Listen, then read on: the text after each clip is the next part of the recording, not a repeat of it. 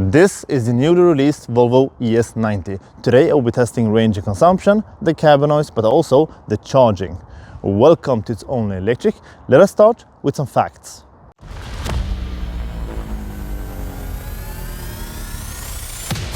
It's only electric.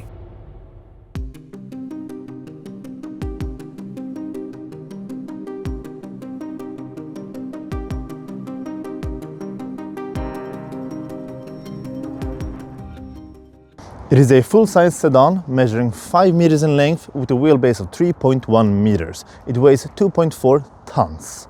It's a rear-wheel drive with a single permanent magnet synchronous motor delivering 245 kilowatts or 333 horsepower with 480 newton-meters of torque. 0 to 100 in 6.6 seconds with a limited top speed to 180 kilometers per hour, as all Volvos are. It is an 800 volt system and it should be able to charge from 10 to 80% in 22 minutes with a top speed of 300 kilowatts. When it comes to AC charging, it charges 11 kilowatts. We will see about the charging speeds later in this video. It has a battery pack with a gross capacity of 92 kilowatt hours and a net capacity of 88. Its stated WLTP are 643 kilometers. It drives on these 20-inch wheels with Nokian Hakkapeliitta R5 studless winter tires, and they measure 245/50 at the front and 275/45 at the rear. Let's start driving. Doing our standardized range and consumption test, it's a fixed route of just over 80 kilometers and the same road, same stretch every time, and it's mixed speeds between 50 all the way up to 110 kilometers per hour. But the average speed should be 93 kilometers. And we have a couple of set rules. And the first one is we always stick to speed limit. The second one is we drive the car in eco mode if available. It isn't, but I'm driving it in regular. And the third one is we set the AC on 20 degrees and eco, and I've done that also. So the cabin feels really good. This video is sponsored by D. D stands for reliable, accessible and affordable charging products and accessories. One of my favorite products is this portable high power charger with up to 11 kilowatts of output. It's the perfect charger for versatility, since you can mount it with the included wall mount or bring it with you when traveling. It's plug and play, and you adjust the current directly at the charger from 6 up to 16 amps. It's CE certified and supports both 1 and 3-phase charging.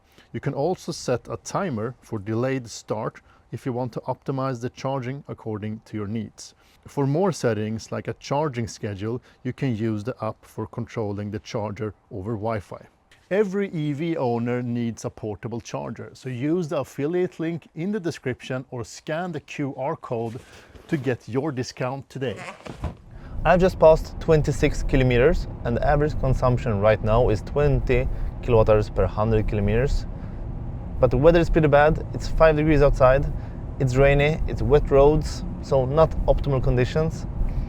And we're driving on Nokian Hakkapeliitta R5 studless winter tires on 20-inch wheels, and they should be pretty efficient, but let's see what happens. It's a big and heavy car. There will be no full review of this Volvo ES90.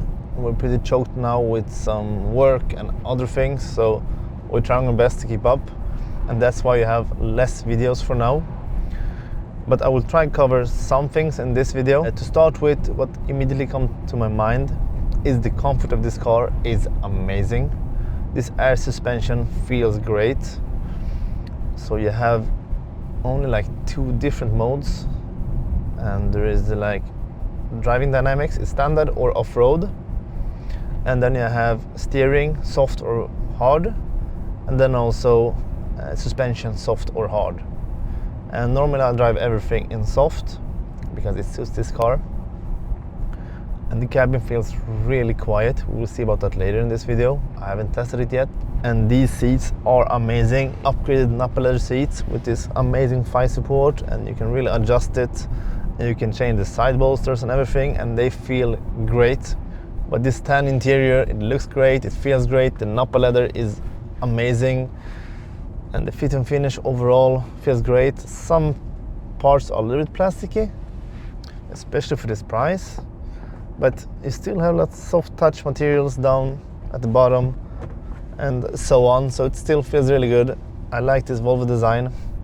And finally, it's also 800 volts, so That's also a nice add-on. I love the steering wheel. It feels great, the look of it. But for me, the immediate thing is the quietness, the suspension feeling, the comfort, the seats. They all feel amazing. It was a long time ago I had these kind of amazing seats. You have good massage, you have ventilation, you have heating. So overall, it's a really good luxury cruiser. And one thing that Volvo always does great is the sound system, and this is the upgraded sound system. So Baron Wilkins, and it's probably one of the best sound system in its segment or overall. Like the mids and highs are so crisp. Like the highs are really crisp without getting too harsh. The mids have a lot of details, and it's a really nice sound. And the bass is like crazy. It feels like you have 4 or 5 subwoofers. Even the doors feels like subwoofers. And I actually lowered the bass because it's almost too much. At higher volumes, it plays really good, but you can feel things rattle a little bit. So even like this seatbelt holder is rattling a little bit at high volumes, and some small other things. But that's at really high volume with a lot of bass. It's probably normal because I don't know that many cars that can play this loud with this much bass. So I'm driving it with cruise control right now, and I will see if we can do auto steering. You just press the button on the left side of the steering wheel, and now it's on.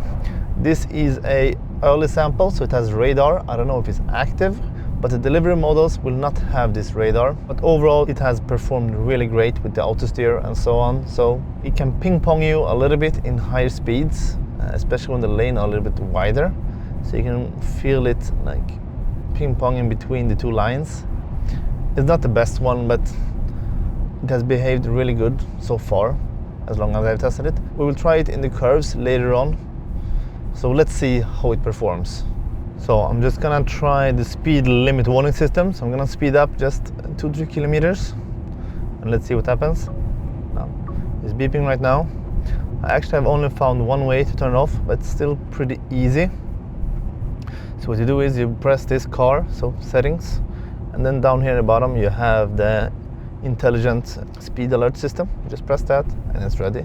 You can also turn off the lane keeping aid here, and you can also turn off the one pedal drive. So pretty easy overall. We have just passed 40 kilometers, and the average consumption right now is 18 kilowatt-hours per 100 kilometers. This actually feels fairly decent considering the size of the car, and we're driving pretty wide tires, 275 at the back, 245 at the front, so staggered setup. But still, 18 kilowatt-hours per 100 seems fairly decent. Now let's try the auto steer in this crazy curve, and normally not many cars will handle this, and it doesn't slow down. No, it did not even slow down. Okay, let's try this one. I don't think it will slow down again. Okay, this one it handled pretty decently. Nice. Let's try. We have a couple of more here, and this one is coming in cars. I need to be ready. Oh, it handled it, but it's pretty jerky in the steering. But it's handling it pretty good. Okay, this one is the almost impossible one. It's a forest in front of us. Oh, it did. It crossed the line, but still it managed the curve. Let's try one more, because this is pretty interesting. It should slow down because it's taking the curves really great, but it doesn't slow down. Now it's 70, it should... No, it's coming a car, so I couldn't. 70 in this curve is too much, and even in this one, I'm doing it in 50. It should slow down. I think it would be able to take them if it slowed down. The Volvo ES90 rear-wheel drive extended range is a really comfortable car. It's not that aspiring to drive, but it's so comfortable. You feel special, you feel rested when you arrive. I've been driving it for a couple of days and a lot of hours, and it's a joy to jump in it in the morning, 7 o'clock, and drive to work. It feels great. So I really can understand why someone would buy this. If you do a lot of miles and like the comfort and quietness, it's a really nice car. It is. I don't know if I would take this beige color because it gets dirty really quick, and I can see a lot of people have made the marks in the car, and especially the door sills. I don't understand why they are beige. I know it looks good, but especially on the floor it should be black probably. With the floor, I think it would be easier to clean and keep clean. But overall, like the design, fit and finish, as I said, is good. It's only this mid console feels good but not perfect, and this touch/not touch buttons, they are touch. Feels that you're touching the buttons, but it doesn't change. You really need to press it, and it actually feels really good. And they're big buttons, they're easy to understand. When it comes to the screens, you have an instrument cluster. It looks great. You have 3 different screens. So for the far left of the steering wheel, you can press like 2 screens. You can change between 3 layouts. So you have the simplified one, all black. You can see the speed and region and range and so on. Press one more time and you have your Google Maps. Looks great, great colors. The screen is nice, a good resolution, good size. You press one more time and have the radar and the lane keep assist, and you see the functions. So looks great overall. The main screen also looks great. Great colors, nice resolution, and pretty good feedback. And it's pretty snappy when it works good, but sometimes a little bit slow. So you can see some lag, and sometimes it gets confused and you can press 2-3 times, but now it works great. Overall it's working great. It's just a couple of times I have seen that it is not perfect. But the screen is pretty simplified. The software is really easy to use. But if you want to check your consumption, you go into the app section, and here you have the range and trip. You can press here and you can change between here, and you have some different data. The data looks really great. The only thing is you don't see the kilowatt hours with decimals, so you can only see the full value. Talk about the steering wheel buttons. So to the far left, as I said, you can change between the screens of the instrument cluster, and to the left of that you can see the touch is reacting but it doesn't press, and then you can change the speed by pressing up and down. And then you have this steering assist button, so turn on and off, really easy. To the right side you have change songs, left or right, pretty easy, next or before. Up and down is the volume, so you change the volume. And then the right button is the voice assistant, and it's Google, it's not Gemini, what is it called? Google Voice Assistant probably. So press that and you get a voice assistant. It's actually really good. Tycker du? It's better. You can like... Restriktioner har gett resultat. So now you Sotare have... Selma samlar semlor. Se så många. Okay, so now I'm talking a lot, but it's actually working great, and you can Google things and ask some questions and so on. So I think it's nice that they implemented the Google software, the Google Assistant. It works flawlessly as on the phones, so that's nice. Otherwise, you have your gear selector. So reverse, neutral, drive, park on the side button. And then when you press one more time down, it will change, and you have your speed and steering assist and so on. And you can also press this one to change, activate to deactivate, and you can even see it shake. It's pretty cool actually. On the left side you have your blinker and the automatic headlight and high beams, and then you can press on the left button to get the wipers to work, and if you hold it you get the water wipers, and they are from the wipers, so they look really nice. And then you can actually turn this wheel to change it to off, auto, 1 or 2. And when you put it on auto you have 3 settings, low, medium or high, and you do that from the menus in the screen. So let's see, so you can go here, high, medium or low. One thing that I really like is at this screen it's always dynamic. So now it knows we had the range and the trip, and you have a Google Assistant because we used it, and then cameras because we're driving in really low speeds, so you can see it directly. and now turned off because we did a little bit too fast, and also the distance between the car in front, because it knows we're driving really close to a car in front of us and at lower speeds. So I love this dynamic system of the software where it changes depending on where you are and what you're doing and how fast you're driving. And when you're driving really slowly and trying to park, this camera button always comes up at like 15 kilometers per hour. It is time to summarize the range and consumption test of the Volvo ES90 Ultra single motor extended range. It's a mouthful, but it was 5 degrees outside, it was rainy and really wet roads, so not the best conditions, but still a mild winter. But there will be a lot of drag with the wet roads and the rain. But the final consumption landed on 18 kWh per 100 kilometers, and that's a real world range of 489 kilometers and 76% of the stated WLTP. So still decent, not perfect, but the conditions wasn't perfect either. So 489 kilometers is actually a pretty good range overall. I also did a high-speed range test at 120 kilometers per hour GPS speed, or 123, 124 indicated in the instrument cluster, and the consumption landed on 24 kWh per 100 kilometers, and that's a real-world range of 367 kilometers. Decent but not perfect, but the weather was even worse here. So it was 4 degrees outside and really rainy, almost storm. It was foggy and like the Vipers was going full speed, so not optimal conditions again. I think with better conditions, a little bit warmer, I think you will easily get 22 kWh per 100 kilometers, and that will affect the range a lot. Something to mention is I put the AC on 20 degrees and eco, and the cabin was cold but still pretty comfortable, so that's a good plus. Many cars at 20 degrees and eco gets pretty cold, but the ES90 performed really good. Next up is the cabin noise test. We always measure the cabin noise on the same road, same stretch.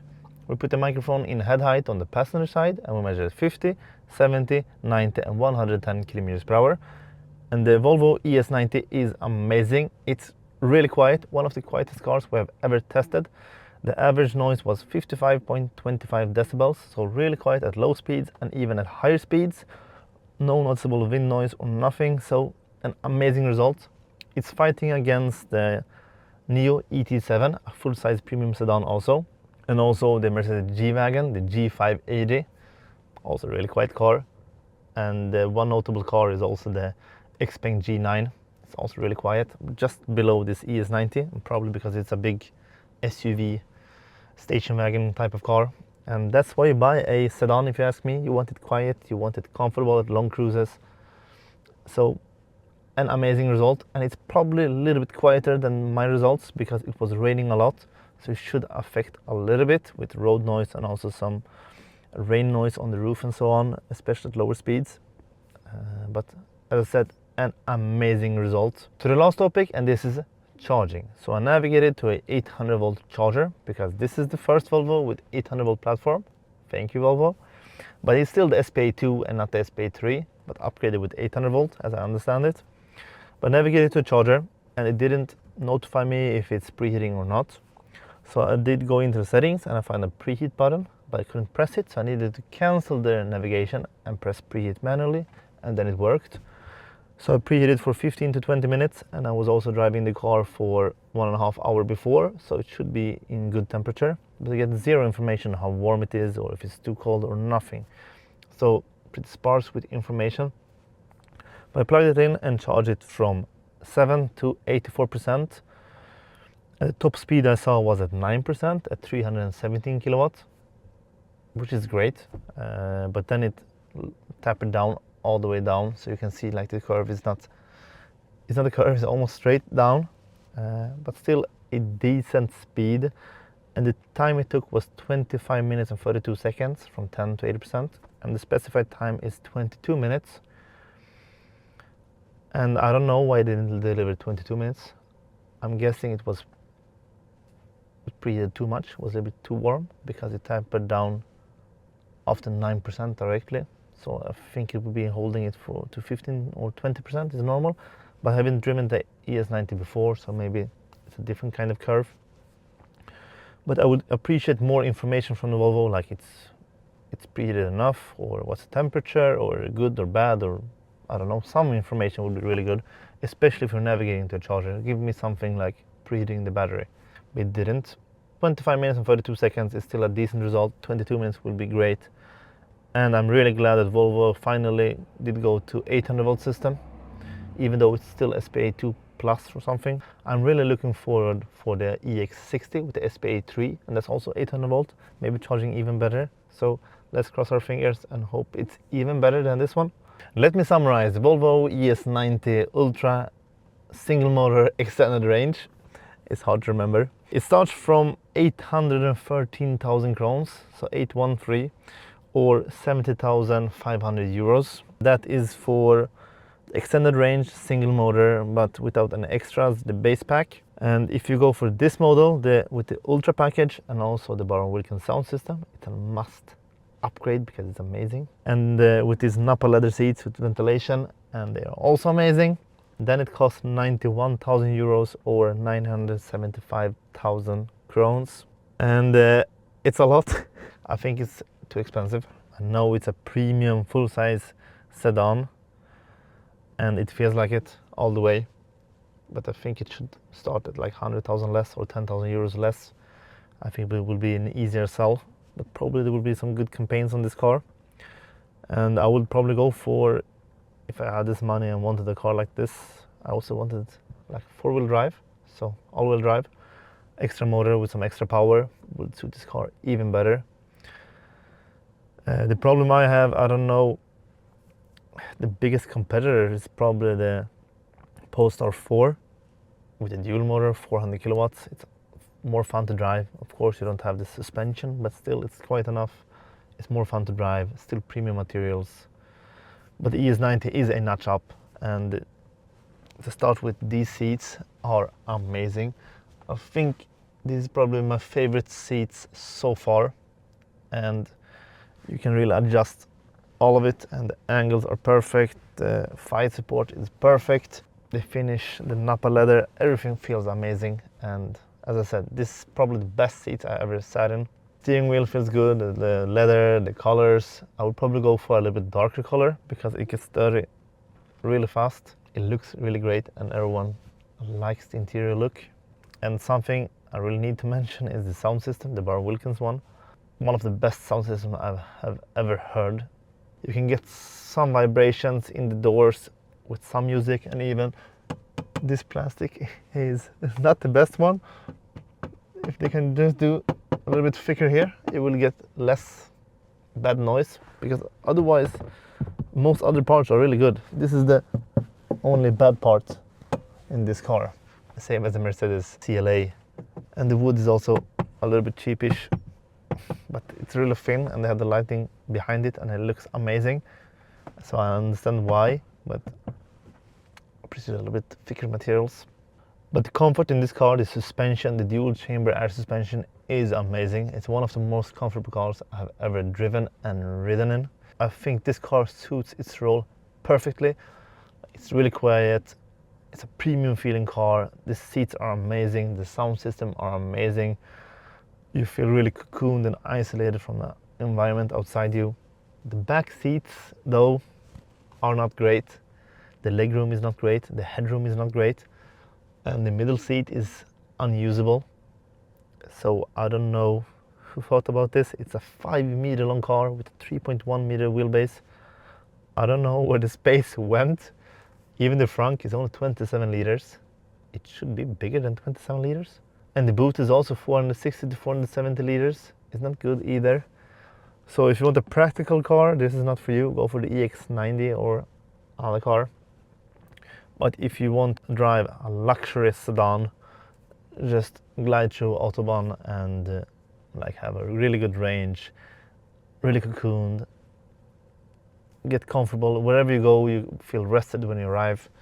It has massage seats and they are decent, not on par with Xpeng cars and other premium Chinese cars.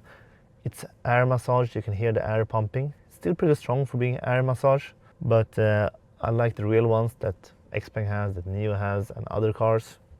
They are better than this one and they don't make as much sound as this one does. But I said some materials a little bit weak. This is a pre-production car or a first series car, so maybe it's better on the newer ones. And I don't know if you can see it right now, but if you see the rear window, you have almost the same view as I have. I don't see anything out, and the mirror is not digital, so it feels like a Polestar 4. It was better if they maybe removed the window because I cannot see anything. I drive around with the middle armrest down because then I can see a little bit better. But like this, I don't see anything. Maybe I can see a car, but normally not. So there is some flaws and there is some really good pros. The fit and finish overall is great, and there is some really good things. You have this roof that you can shade, electrochromatic roof. It's pretty fast and it actually blocks the sun really good, as long as I can see. I don't know how it works in other countries like Spain or in Middle East or something, but here in Sweden it's good enough at least. And there is a button here at the middle lamp section, in the middle, I don't know what it's called. And there's a lot of buttons and they actually change color when you press them, so it's pretty logical. And then there is one button for maximum ventilation, like defrosting front and rear. But it's like in a really unlogical place. I didn't find it first, and the touch of it isn't the best. It feels really cheapish. It's like plastic, you just press it in and it warps. It doesn't look that good. If you want a full-size premium sedan, I think the ES90 is one of the few to choose from. You have this one, you have the Mercedes EQS, but that's really ugly, and I don't know, it's not on par. You have the Neo ET7, really nice car. I don't know right now, is there any other cars? Maybe BMW i7, of course, but that's another price level. i5, I think it's a lot better than i5, even though that has a little more premium interior probably, some things. But amazing sound system, amazing comfort, amazing seats. It's really quiet, it's not that practical, not for the back seats, not for the boot, and not for the frunk. What do you think? Would you go for the ES90 or would you go for an ET7 or maybe an EQS or maybe the S-Class, the new one releasing with EQ technology, or maybe just an i7 or BMW i5? Write down below, choose a car, rate this car from 1 to 10, and let's have a discussion. Thank you for watching. I hope you enjoyed the video, and as we always say, stay electric.